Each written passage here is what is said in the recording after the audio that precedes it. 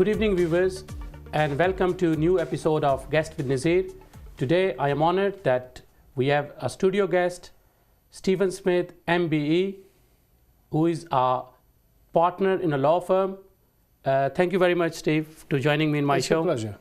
Could you please introduce yourself and for audience interest? So, what is your background and qualifications, please? Sure. I'm Steve Smith. The proper name, the Sunday name, is Stephen D. Smith. But I'm Steve Smith.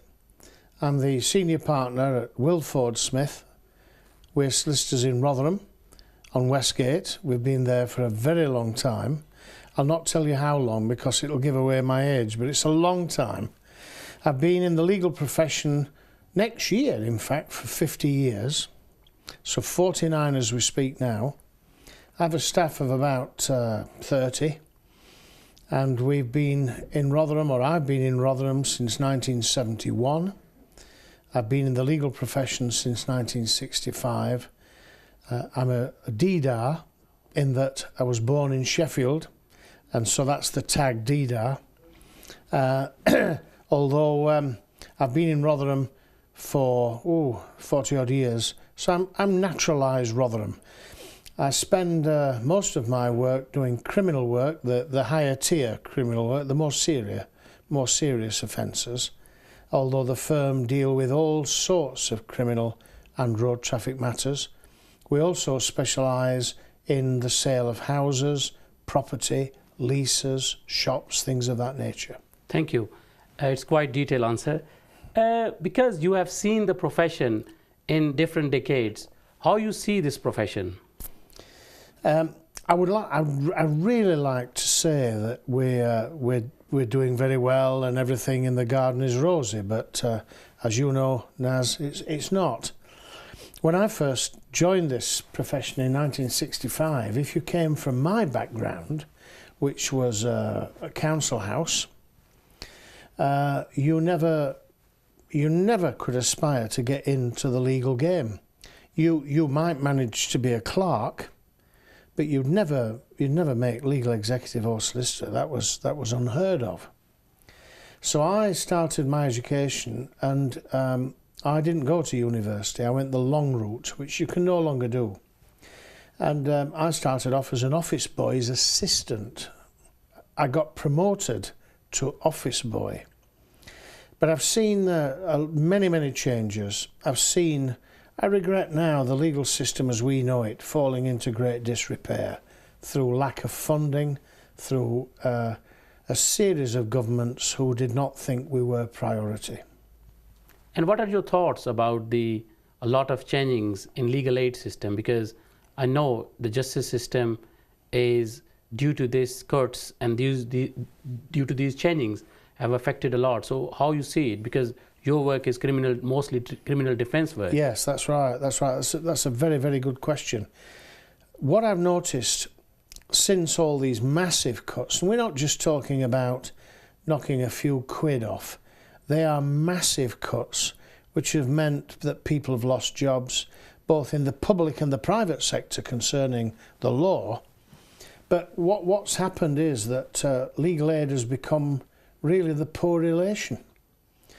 And so many people are dropping out of legal aid. The real fear for the public at large, who are not wealthy, who do not have a big bank account, the real fear for them is that they will be denied access to justice. And as you well know, there are people out there that if they weren't represented, they would really, if I can use the modern description, they would be ripped off.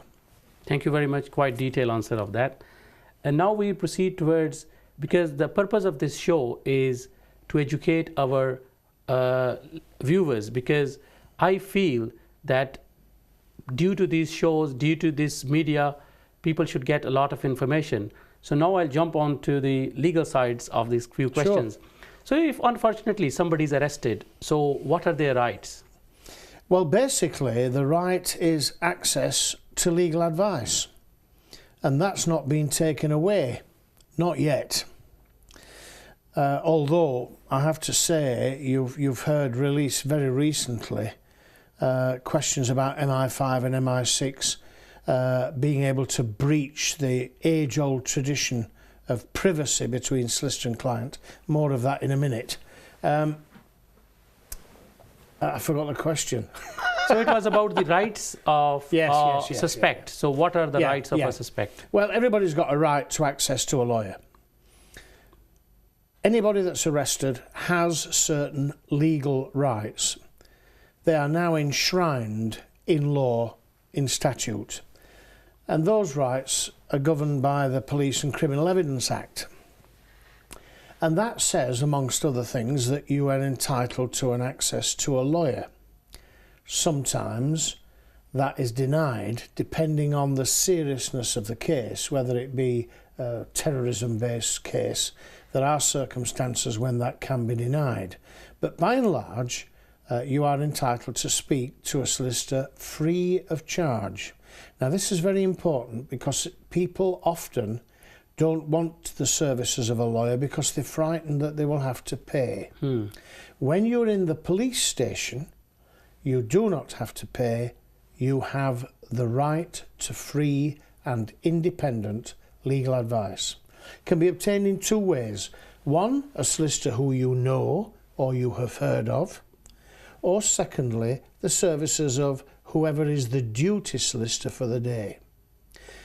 The right is to allow your solicitor to speak to the police, find out what the allegation is, explain to you what the allegation is, and also represent your interests in any subsequent interview to prevent any unfairness, should there be any unfairness being used against that gentleman or lady that's locked up.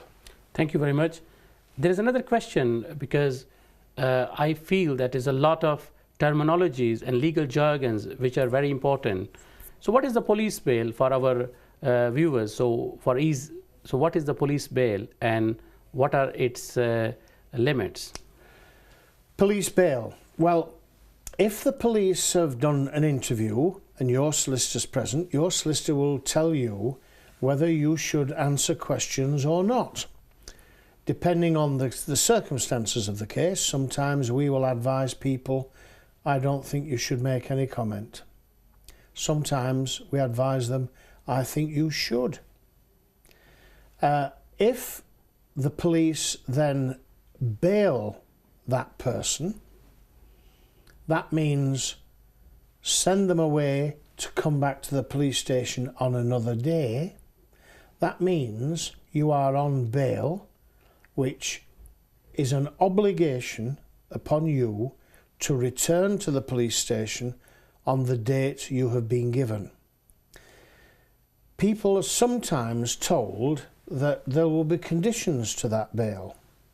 For example, you may have to live at your home address, live and sleep there. That's called a condition of residence. Sometimes they will say, if it's a violence case, they will say, you must not speak to the person who the police allege you have assaulted. And those conditions are fixed. And if you breach those conditions, you can be arrested. If you fail to come back on that date, you are committing an offence for which you can be fined or imprisoned. So bail is very important. Thank you. And what is the curfew? A curfew, that's very interesting because the colloquial expression for a curfew is grounded. So with kids, for example, if you are grounded, it means you've got to be in at a certain time. A curfew is being grounded. And a curfew says, if, for example, it's between 10 o'clock at night and 6 o'clock in the morning, between those 2 hours you must stay in your house. If you venture out, especially if you've had a tag, that this is a tag that they put on the wrist or the leg, which sends out a signal. Yes. And the signal will tell the people that monitor these things where you are. I pause there for a minute. Can I tell you a funny tale? about curfew, I must tell you this. One day I'm acting for this young lad, and they put the tag on his leg. And he was in by 9 o'clock, as the curfew said, and he never left the house. The gadget sent the signal, and he never left. Until one night, a policeman's in a nightclub in Sheffield, and he saw this lad, and he thought, he's on a curfew. So the policeman ran after him, but he got away, and he couldn't find him. By the time he'd radioed his colleagues, the colleagues were not on the ball. And when they got to the house, there he was on the settee, fast asleep. Tag on his leg. And the policeman was certain it was him. Now, the interesting thing was, it was. So how did he manage to get out without everybody knowing? Well, he had a prosthetic leg, a false leg. Oh, I see.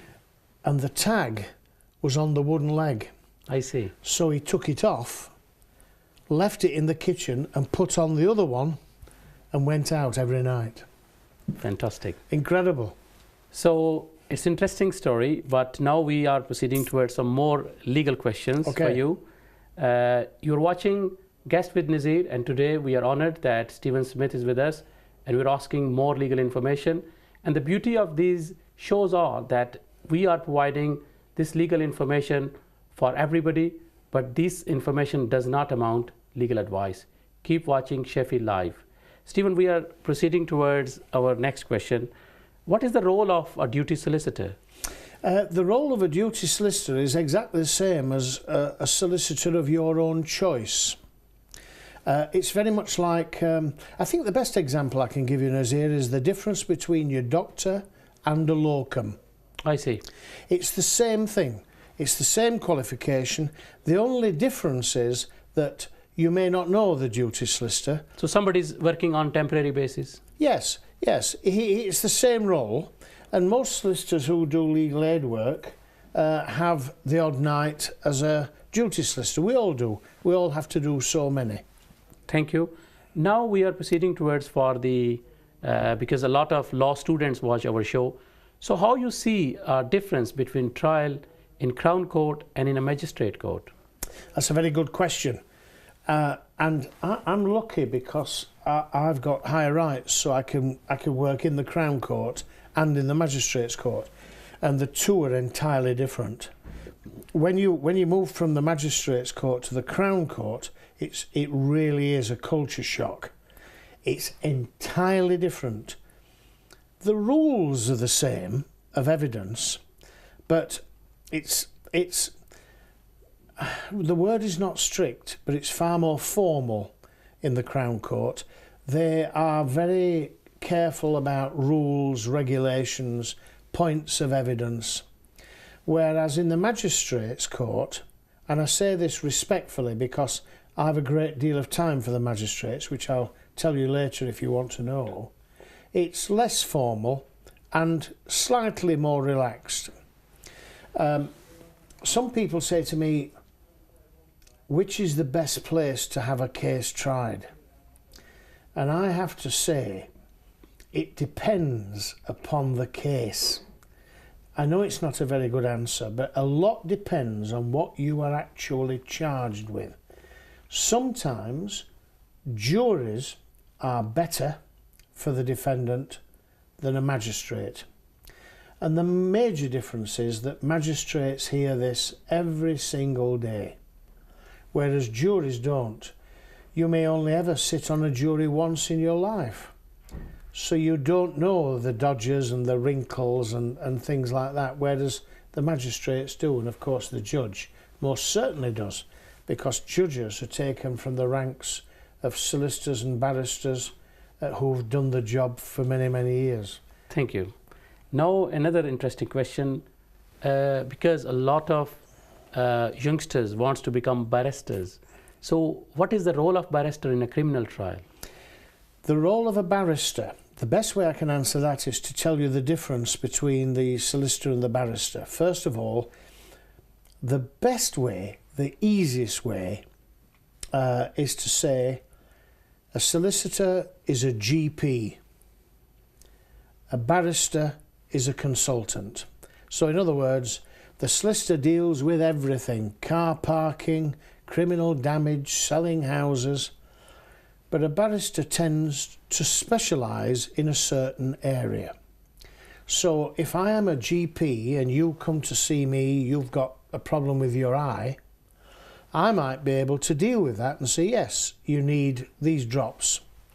But if it's a little bit unusual, I might refer you to an eye surgeon. And that's the difference between a solicitor and the barrister. Essentially, they are both lawyers. In certain cases, a solicitor is, if you like, the same as a barrister because he has got the barrister's rights. Okay? So the best way, there are three. Number one, there is a solicitor. Number two, there is a solicitor who can appear in the Crown Court, who has got a Crown Court licence, if you like. And then, of course, you get the barrister himself. So that's a very, very basic difference between those. Thank you very much. You're watching Guest with Nazir, and today we have a studio guest, Stephen Smith. Stephen, now, because every time when a guest appears in our show, we always ask some rapid fire questions. So what is the best moment of your life? I think there are three. The first was when my daughter was born. The second was when I got the paper through the post to say, you are a solicitor of the Supreme Court. And the third was when Her Majesty the Queen graciously gave me the MBE. I think they're the three things that I'll always remember. I think, and it's a great honour that you have been honoured by Queen MBE. Yes, thank you. Thank you. Congratulations on that. Thank you. And the next question is, which I'm sure you like it, your favourite food? My favourite food? Well, I have to say my favourite food is the Sunday lunch. Roast beef and, guess what? Yorkshire pudding. Thank you. And favourite place? Favourite place? I think Sorrento in Italy.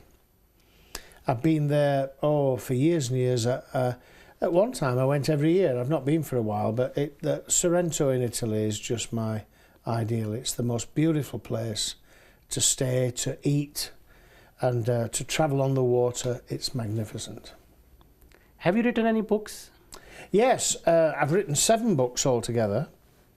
4 books I've written about the legal profession, which I try to make funny and also very sad. And I talk about some of the cases that I've dealt with the client's permission, of course. And sometimes I change the names just to protect the guilty. And those books tell you about the tragic side of what we see in this game and also the funny side, because there's plenty of that. And any famous cases you remember that will be always be remembered in the history, or it will be remembered by the newspapers? Yes, yeah. I dealt with a miscarriage of justice case called the Bikers case, which went to the Court of Appeal. And this was a man who'd been sentenced to life imprisonment for a murder that he had not committed. And I came into this after he'd been sentenced. And it was a fascinating case, and he was not guilty. But they locked the door on him for 25 years. And when I first met him, I realised he was an innocent man, because there's a look in the eyes. And I'll give you an example. I went to prison once, and I looked at this chap, and I said to another solicitor, I said, that chap's a murderer. He said, how do you know that? I said, look at his eyes. And it's the eyes are the window to the soul. Then they call this chap's name out. I didn't know him. And wise people say face is index of your personality. Yes, that's right. But they called this chap's name out, and it was Peter Sutcliffe. the Yorkshire Ripper, who'd murdered, I think it was 17 girls he'd murdered. And I managed to pick him out. But this chap didn't have that luck. And, so eventually, what was the fate of that trial and appeal? So you won that case? We did, actually. We got a retrial, and that was sent out of town. We were sent up to Teesside, and it reversed it, and he was released. So from serving 25 years, they gave him his belongings in a black bin bag. I'll never forget it. And I brought him back to Rotherham in the car. Thank you. Now we are, because sometime, I know it's a very interesting subject, law, but we have some time constraints. So what is appeal, and how people should use their right of appeal if, God forbid, they've been charged and they've been subsequently have convictions or any kind of problems? So what are those rights? Again, it depends which court we're talking about, so I'll try and deal with both. If you're in the Magistrates' Court and you are unhappy with the decision, you can appeal to the Crown Court. And I think it's 21, 28 days, 3 or 4 weeks in which to bring the appeal. Then you are heard by a judge at the Crown Court, not a jury, but by a judge at the Crown Court. The problem is that the judge, whilst he has the powers of sentence of the magistrates, if he doesn't like your appeal and if he thinks it's not warranted, he can actually lift the sentence. I see. So he can increase it. Now, an appeal from the Crown Court is different. You can't automatically, I don't like the sentence, so I'm going to appeal. You have to get what is known as leave to appeal, or permission to appeal. And that goes before one single High Court judge who will look at the papers, and if it's without merit, he will say no, and you get a letter saying you've no rights of appeal. So it's a way of weeding out the bad cases. Much, much harder to appeal from the Crown Court to the Court of Appeal. Thank you. Much harder. It's quite interesting. Now we are proceeding towards another interesting question, because as we have seen that there's a lot of legal aid courts. So how you see the importance of pro bono work, and do you do any kind of pro bono work? We've always, even before the legal aid cuts, if we thought it right, or if the subject of the charges was a deserving case, we've always tried to help. The difficulty is, if I can use another example, it's like the corner shop. He might have somebody come in that wants some bread, milk and whatever it is, but can't pay, and he feels very sorry for them, and he may give them those things. If you have 100 people that come in the day for free food, he will go out of business. Exactly. Because it is still a business when all's said and done. But we do try. There are certain advice centres now which give sort of free advice. But if you wish to see a solicitor in the mainstream, generally speaking, you rely upon either paying or legal aid. Legal aid is, I'm afraid to say, in my opinion, on the way out. Successive governments have shown no regard whatsoever for the rights of the people, of the ordinary people. And I don't wish to be political, Nazir, but I have to say that the current government and its cuts by this Lord Chancellor are derisory and, in my opinion, wrong. But at the same time, the government defense is that because of a lot of international economic problems and this credit crunch has affected the economy, so that's why they're doing a lot of cuts. Yes, and my answer to that is, how do you value justice? Would it be right for a man to be sent to prison for something that is not done? Don't you think our society should have a system of fair justice for all?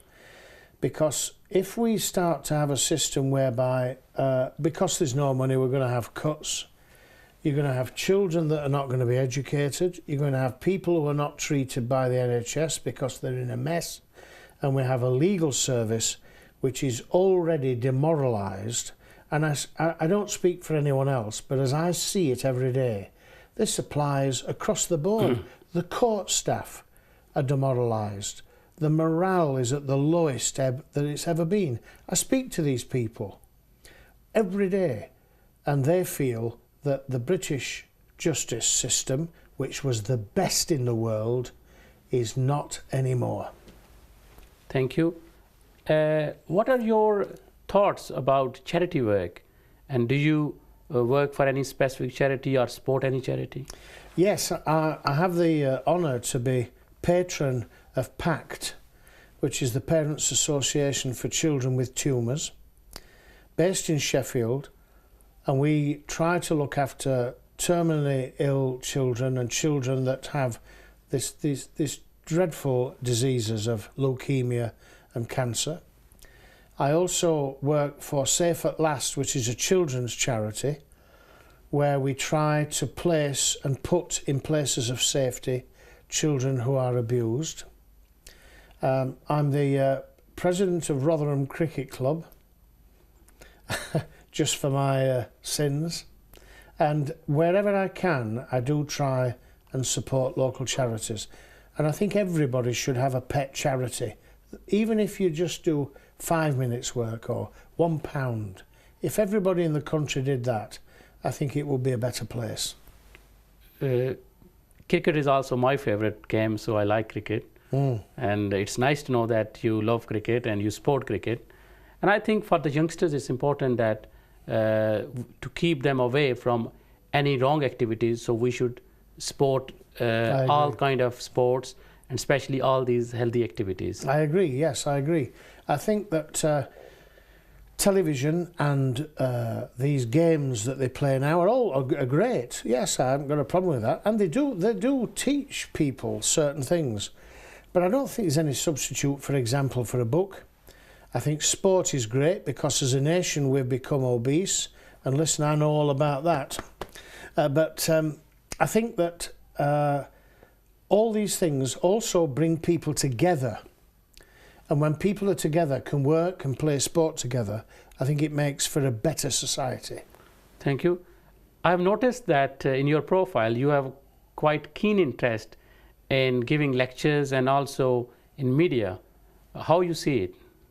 I like to have pet subjects.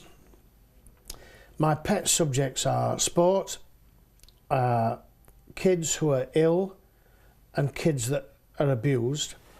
And I also spend a lot of my time doing lectures in schools and universities with a view to dissuading our youth from being involved in bad behaviour, in violence, in criminality, in joining these illegal forces that we see tragically that ruin families, and the sadness and that can cause to the unfortunate parents of people who are misguided like that. And I try and do what I can to help. Because this show is also followed by a lot of youngsters, especially law students.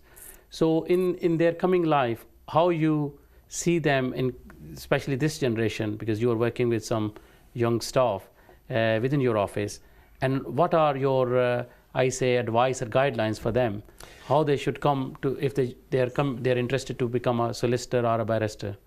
Well, the first thing I've got to say is don't expect a lot of money, because if you're doing legal aid work, you'll be working very long hours for not much. So you've got to want to do what you're going to do. You've got to want to see justice for all. It's not like a salesman who sells, the more he sells, the more he earns. It's not like that at all. You've got to have an empathy towards the subject. you've got to want British justice to continue to be the best. And you've also got to be prepared to sacrifice to look after the little man who does not have a voice.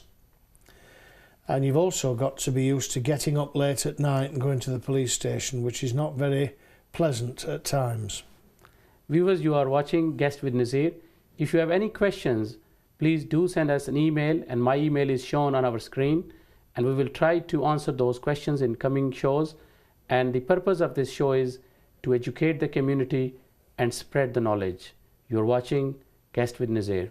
Steve, we are proceeding towards the end of the show.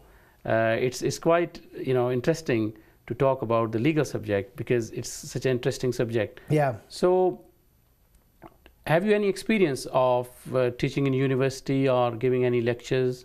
Yes, I've been to Sheffield Hallam University many times. I've helped with their project which deals with their law faculty that deals with appeals, strangely enough. I see. And I've helped them, I've given a number of lectures. And I also like to deal with the humorous side because it's not a dry subject. And some of the funny cases, a little example.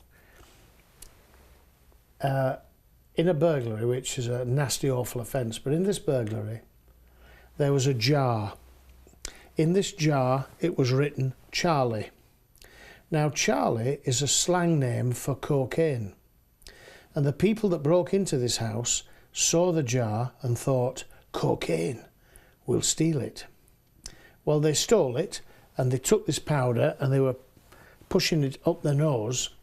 It made them sneeze. It didn't do an awful lot for them. It didn't give them a high or whatever they call it. And they ended up giving it up after shoving most of it up their nose because it didn't work. When the police finally arrested them, it came out that the police were asking them about, did you take a jar? And they were very ashamed and said, yes, we thought it was Charlie, cocaine. In actual fact, Charlie was the family Labrador who'd passed away the year before, and they were his ashes. So it means there were some effects of dog there. Yeah. It's quite interesting. Thank you very much. And because in everyday life, if somebody is arrested, brothers, family, friends, they get upset, sometimes they think about it. So what should be the immediate reaction if somebody is arrested within family? So what they should do? I think they should do the very best for their relative, and the very best thing they can do is to call a solicitor who deals with criminal cases. Somebody who has a system where they have people on call 24 hours a day who can assist and help. Because if you have been arrested and you're alone in a police station, it is, for some people at least, very, very frightening. They're not used to it. They don't know what to do for the best. And after all, if the government give people certain rights, why not seek to have those rights? You're not doing anything wrong. You are entitled. You are entitled to a lawyer. You're entitled to advice and for somebody to tell you the best way to deal with your case. In some cases, I've noticed that if somebody is arrested by police, then it takes very long to get him that person out on bail. Or so it's a procedural, because sometimes it takes 12 hours, and the family members of suspect or the person who has been unfortunately or fortunately, what if he has done something wrong, arrested, then they get worried. So yes. So what are the reasons that it took very, very long to interview somebody? Sometimes people, if a crime's just committed, and the police have an idea that, let's say you've got an assault, and they think, oh, it's him, it's the big guy there with the woolly jumper. They will arrest him and take him inside. They've then got to research it, find out, see who the witnesses are, do all the work for it, and that inevitably does take time. If it's a case that's been ongoing and the police have researched it and they do know what their case is, they do know who their witnesses are, then it should be done a lot quicker. The police shouldn't leave them in a cell languishing for a long time, because there is a time limit fixed for how long they can actually keep somebody locked up. Thank you. And now I'm proceeding towards another interesting subject, search. I know police have a very vast powers. Can they do the search without a warrant, somebody's car or somebody's house? Yes, it depends again on the circumstances. I like to give examples, it's easier. There was a case one day of a chap that had a unit in a factory. He had an extractor fan, and if the police walk past the unit one day and can smell cannabis, and it's obvious that there's cannabis in there. Now, if they suspect that there's an offence, they are entitled to go in. And no one can expect in those circumstances that they should have a warrant. So there are certain circumstances when they literally can go in. If they're going on a mission to look-see, speculative, or they're not sure, then yes, it's a warrant situation. But if they think, for example, that somebody's been held hostage, they can go in there and try and protect the person that's inside. But by and large, warrants have to be obtained and signed by a magistrate to say that they can exercise that right and enter people's property. So it is same with the vehicle, or it's only with the property? Yeah, with a vehicle. If, for example, you have somebody, and I've actually had a case where somebody's driving his car, he had about 15 cannabis plants, big cannabis plants, and he put them in the boot. And when he's closed the boot, he's left part of the plant hanging out. So everybody in the world knew what it was, and the police just happened to be driving behind, and you know, they see some incredible things at times. He looked and he said, "That's a cannabis plant." Well, they don't have to take the number and then nip to the magistrates and get a warrant, because he will have long gone. In those circumstances, they stopped him. When they opened the boot, it all flew out. So it was a surprise for the police officers? Yeah, well, it was a surprise how much was in there, but yes, yeah. So, it depends again on the circumstances.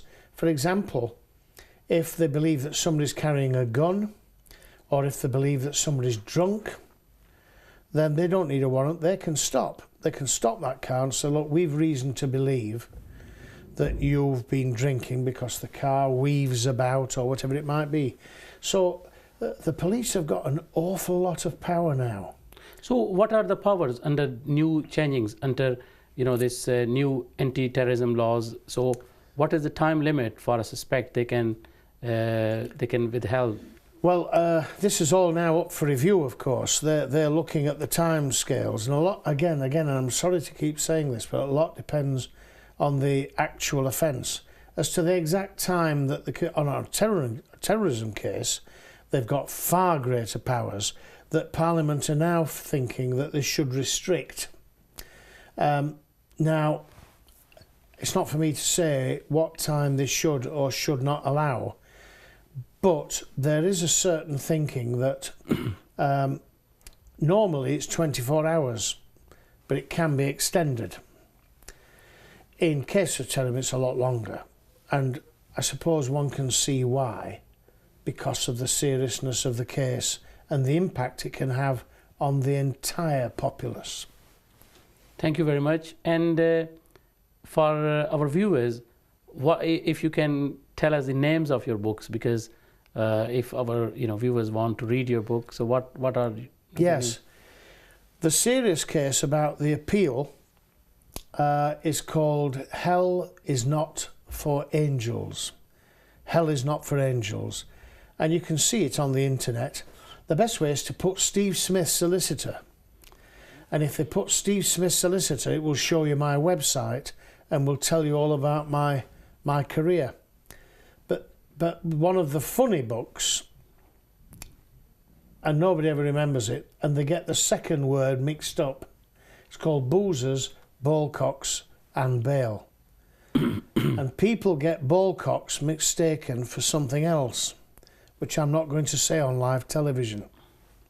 Thank you. And any interesting incident you want to share with our viewers, especially with the trial or any incident in professional life? Yes, I think there is. I've had a case of a shoplifter who came into court to give evidence one day saying he'd not stolen anything, and there was a question about had he produced a driving licence to the shopkeeper, and he said it wasn't a driving licence, it was something else, and he said, I've got it in my pocket. Put his hand in his pocket. When he pulled it out, knives and forks and all sorts of things fell out of his pockets, and they found while he was in the witness stand he got all the stolen property in his clothes. So some of the things, honestly, some of the things that you see, you would not believe. You would not believe. And in terms of any in cricket, because obviously in your young age, of course, you were playing cricket. So which club you used to play for? Only local teams, only local village sides. But then I was made president at Rotherham, and sometimes I turn out and will play in a charity match. And the following day, I can't walk. I'm stiff. I found as I've got older and got heavier, when I used to bowl quickly, I used to be a fast bowler. I'm not anymore. Come to you that with time. Yes, and in terms of batting, you like to bat? Or? I used to love to bat. I used to come in at number 6. And number 6 always has to swing the bat and yes, has to play. Yes. So there is no restrictions like 2020, or you used to be defensive? No, I used to be in for it. I used to look for a 6 every time. So you were a very watchful batter. I loved it. And I would either get 50 or 60 or nil. How you see the present changing in the cricket game, because now is 2020, limited over game? Well, I don't mind the 2020 because the public like it, and if the public like it, they buy the tickets. And really, it's about what the public like. What worries me a little bit, because it's happened in football, more and more money drifts into sports and it ruins it. I mean, if you look at football now, some of the wages that they get, I mean, 150,000, 170,000 pounds a week. You know, a week. I just think it's scandalous, and I think sport tends to go out the window a little bit, don't you? And I wish I was a professional footballer and not a lawyer. So in other words, I'm criticising the money they get, but if I played as a footballer, I would accept it.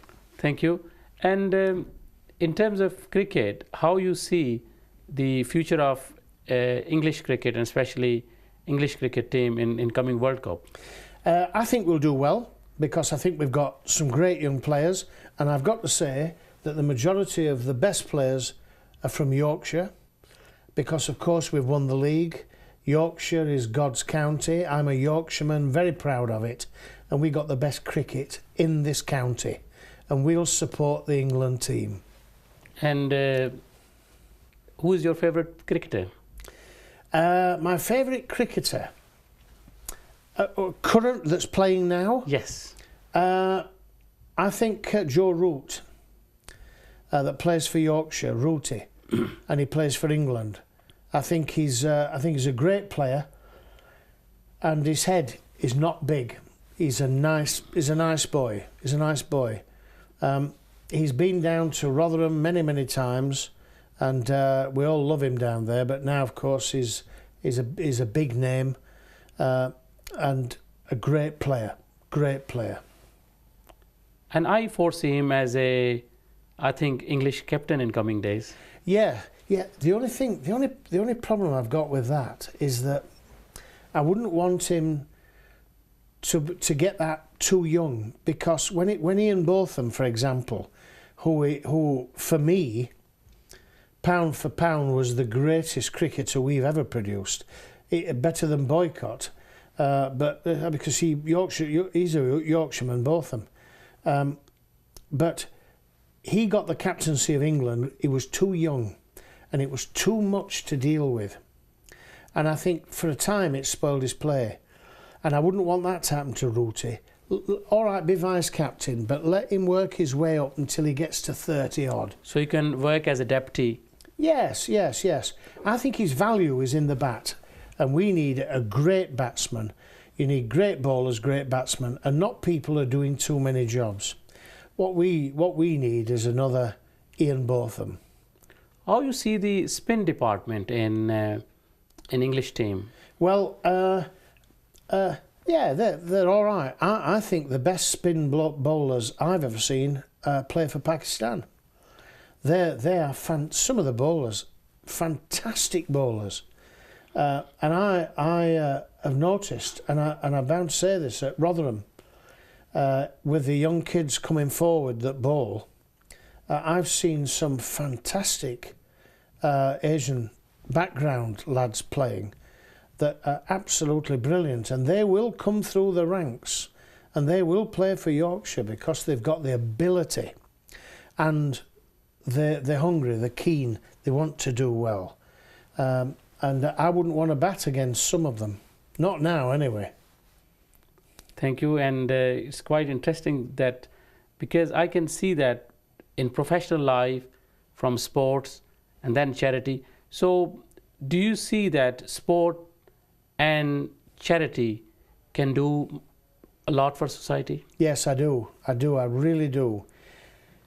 The celebrities that play in sport are role models. They are revered by the youth. The youth would listen to a hero, if you like, where they wouldn't listen to their uncle or the dad's pal or whatever it might be, but they would listen to them. And because they therefore have got a voice, they can play a very, very vital role in our society. Because if they can sort of say to kids, please don't do this, do it the proper way, help other people, do things for other people. And probably like you, Nazir, I believe in karma. Do you believe in that? What goes around, it comes around. They've got a fantastic part to play. Big voice, people will listen. And I think they're not used to their full potential. I have an interesting question for you. If, let's say, we just visualize and imagine that you've been given power to change the law, what one law you will change in criminal justice system? Wow. One law. I'm not too sure about what law I would change. Or amend. Or I think what I would do is I would look very much at bullying within the law, because there is some of that. People do pull rank, not all, but some do. And I would like to look at that and make things a little more pleasanter for people that use the courts. But what law? It's very difficult. It's a very, very difficult question. There are so many. There are so many that I would like to amend and change. There are too many for me to quote that I think are wrong. But because as a lawyer, when you practice, you see practical aspect of a law, and then of course you feel that this provision could have been made better or could have done better for the justice system. Yes, I think probably what I would change then are the offences relating to protection of children, and also offences in relation to protection of, for example, nurses and people that work for the NHS when they are bombarded by drunks and idiots and people like that become a great nuisance. And I think the fact that we see today that we have security men in hospitals is awful. These people are trying to provide a service to the general public. They shouldn't have to be protected from anybody. They should be revered by everybody. So it means protection for the people who are vulnerable against, that they could be exposed to public, and people sometimes attack them. Yeah, and the staff. And the staff, I think the staff are in certain circumstances, very vulnerable. And there should be protections for them. I think there should be protections for children, certainly old people who are either not able to look after themselves and who in many ways I think are discriminated against by the system because they don't seem to have an equal shout. Once you get to a certain age and you pass your sell-by date, and you know use to society, it's almost as if they're thrown on a scrap heap. And I think that's one of the sad things. That would be one thing I would try and change. And we are not far away from the Christmas, because we are in very much near to Christmas. How you see the rights and the protection about the homeless people in this country?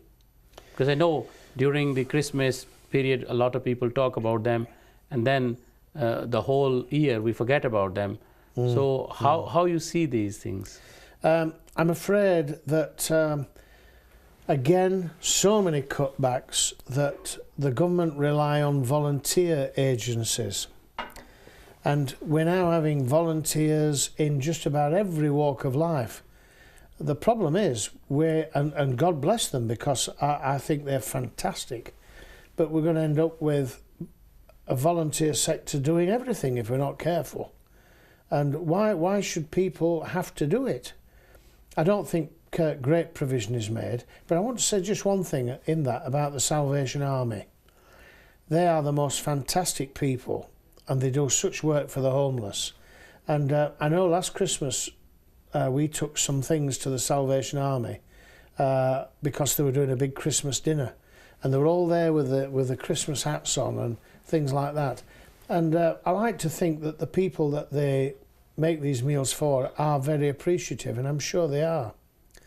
But I'm afraid it's another side of life that we're seeing all too frequently in this country. Too many homeless people, too many problems with the NHS, too many problems with the British legal system. So I know you have seen the different phases of changing in the system. So when you started, the justice system was better, or today's? When I started, it was supreme. It was the best system we got. Of course, there were mistakes, and people went to prison for things that they shouldn't do. But we had a reasonable system of being able to turn that round by appeal to overturn it. I think another example, if I can give you it, if you have a car and you don't service it very well, it will let you down. And that's the same of everything else. And if you have a legal system which was the best in the world and you don't service it properly, it will break down. And I'm sorry to say that's exactly what we're seeing now. So because over the period of time, now we have forensic evidence, we have DNA tests, we have very scientific labs.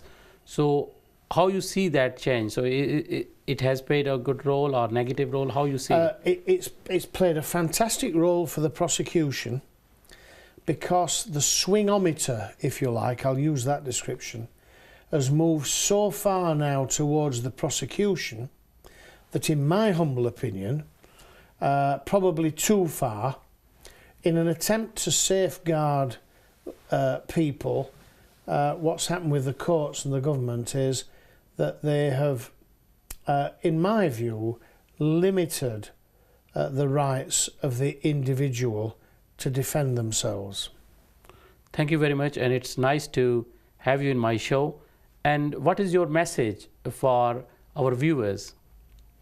I would like to wish them all, for Christmas and for New Year particularly, a peaceful New Year where we could all work together, all get on, and work for the common good.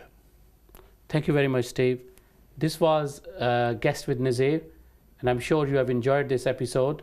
And if you have any questions, please do email us. My email is shown on your screens, and we will try to bring answers of those questions in coming shows.